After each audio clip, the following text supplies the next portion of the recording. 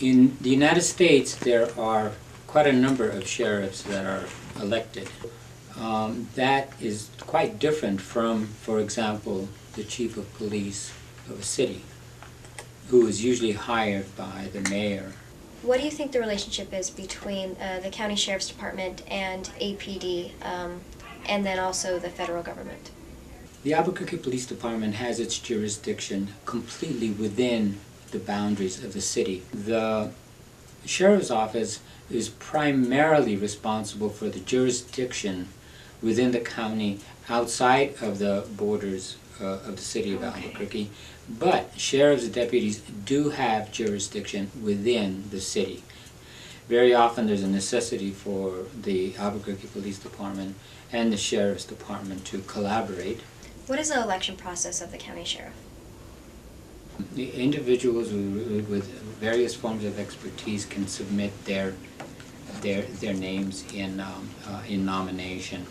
They need to get the requisite number of signatures on a petition, and they can qualify. Okay. Quite often, these are individuals who have had prior law enforcement experience, and sometimes it's not uncommon for candidates to be retired members of the sheriff's department. Is there any other conflicts that you see that are between the sheriff's department and the federal government, at least currently or recently? We have, for example, the current scene in which you have some sheriffs who believe that there has been intrusion by the federal government into local and county affairs, and most strategically in recent years over the issue of immigration.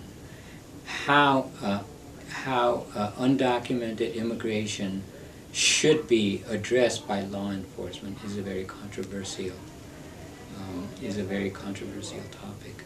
And so there are some sheriffs across the land who believe that it's the local law enforcement departments who should have primary jurisdiction over the apprehension and detention of undocumented